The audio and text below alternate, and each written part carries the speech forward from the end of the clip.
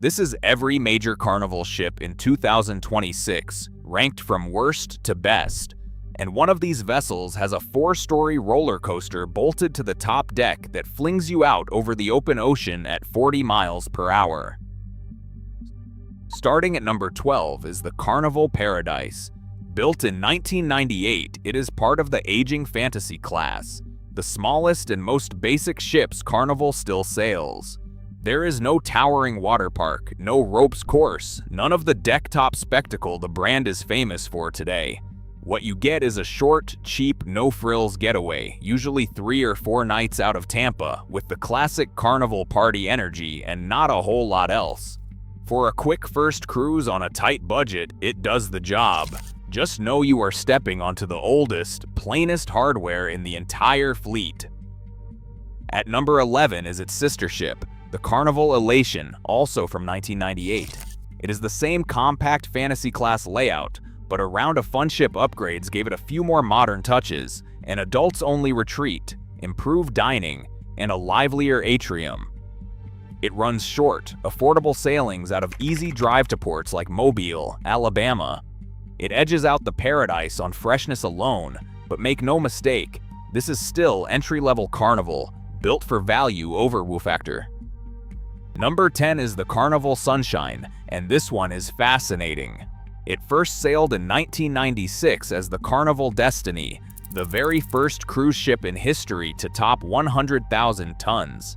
In 2013, Carnival gutted it and spent a fortune cramming in water slides, an adults-only deck, a comedy club, and a dozen new restaurants. The problem is they stuffed a modern ship's worth of features into a 90s hull, and it shows.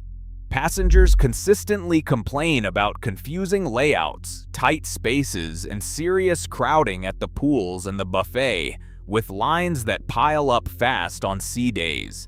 It has plenty to do on paper. It just often feels far too small for the crowd it's actually carrying. And that one flaw drags down everything else. Coming in at number 9 is the Carnival Legend from 2002. This is a Spirit-class ship, slim and elegant, with a signature steakhouse tucked up inside the funnel under a glass dome. It is smaller and calmer than the big hitters, which makes it a favorite for longer, more scenic itineraries like Alaska and the Panama Canal. The trade-off is obvious, far fewer of the splashy attractions families chase. If you want a relaxed, old-school cruise, it is genuinely lovely. If you want a floating theme park, you will need to look higher up this list. At number 8 is the Carnival Valor, a Conquest-class workhorse from 2004. It's a dependable mid-size ship running short, fun Caribbean trips out of New Orleans with the water slides, comedy club, and lively bars that define a good Carnival time. But it's clearly showing its age. The cabins and decor feel dated, and it's missing the standout headline attraction that the newer ships are built around. It's a perfectly good party boat. It's just nobody's idea of the best ship in the fleet. Number 7 is the Carnival Sunrise, and like the Sunshine, it has a wild backstory. It started life in 1999 as the Carnival Triumph, the ship that became infamous in 2013 when an engine fire left it stranded and adrift for days, in what the internet gleefully nicknamed the Poop Cruise. Carnival sank a couple $100 million into rebuilding it from the inside out, and relaunched it as the Sunrise in 2019. Today, it's genuinely packed with features and looks sharp, but it carries the same too much ship in an old hull problem as its sister, plus a reputation it still hasn't fully shaken. At number 6 is the Carnival Splendor from 2008. Now we climb into the solid middle of the fleet. It's a one-of-a-kind ship, a little bigger and noticeably roomier than everything below it. It spends much of the year based in Sydney, sailing Australia and the South Pacific. It has a proper water park, a big spa, and an easy, spacious feel the older ships just can't match.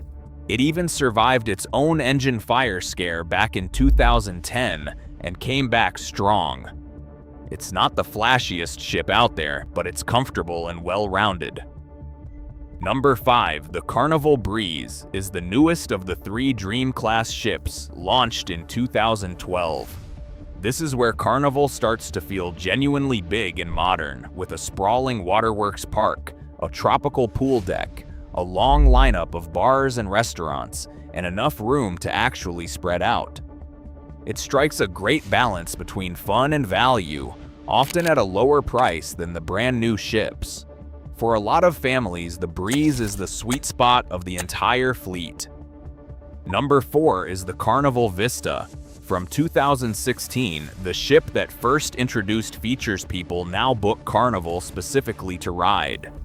There is the Sky Ride, a pedal-powered track suspended out over the side of the ship, a giant theater, and a working brewery pouring beer made fresh on board. Add in a sprawling water park, an outdoor screen above the pool, and some of the best specialty dining in the fleet, and it is no wonder Vista still books up fast. It is bright, dense with things to do, and still feels current a decade later. It only lands at number 4 because the 3 ships above it are simply on another level. That brings us to the top 3, and they are all from Carnival's newest and largest class, the XL class. At number 3 is the Mardi Gras, which made history in 2021 as Carnival's first ship powered by liquefied natural gas, and the first cruise ship anywhere to put a roller coaster at sea.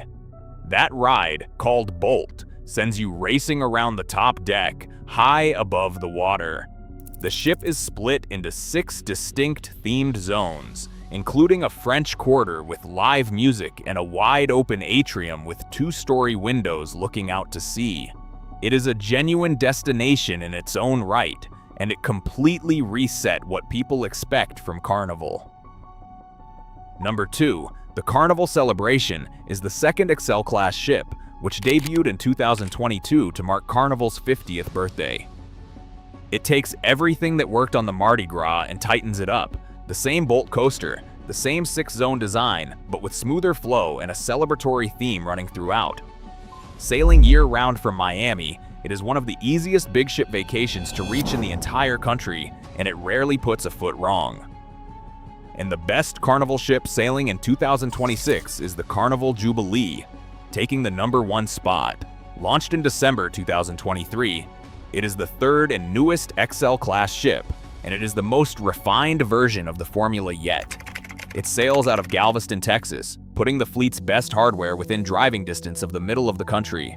Alongside the Bolt coaster and the signature-themed zones, it adds Currents, a dazzling space wrapped in immersive digital art that shifts and glows all around you, plus refined dining and some of the smartest use of space in any Carnival ship. It is the biggest, newest, and most polished ship Carnival has.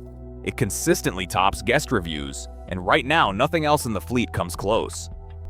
So there's the countdown, from a plain little 90s throwback at number 12, all the way up to the brand new, coaster-topped flagship at number 1. Whatever your budget and whatever your style, you now know exactly where each Carnival ship lands. If this helped you plan your next Carnival cruise, do me a favor and hit the like button, and subscribe for more cruise rankings and travel breakdowns every week. I'll see you on the next one.